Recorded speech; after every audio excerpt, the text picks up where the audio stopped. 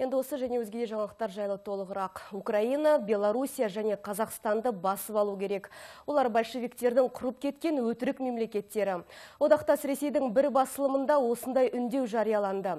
Спутник и погром ақпараттық порталының бас редакторы Егор Просверенин Ресей көрші мемлекеттерді жаулап алу тиіс деп есептейді.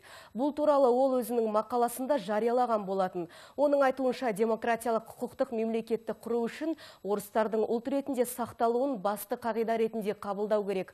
Орыс ұлттық мемлекетін құру үшін Новороссия, Малороссия, Белоруссия және Оңтүстік Сібірді, яғни солтүстік Қазақстанды қайтару керек деп сайт бетінде сан мәрте мақалалар шыққан, деді бас редактор.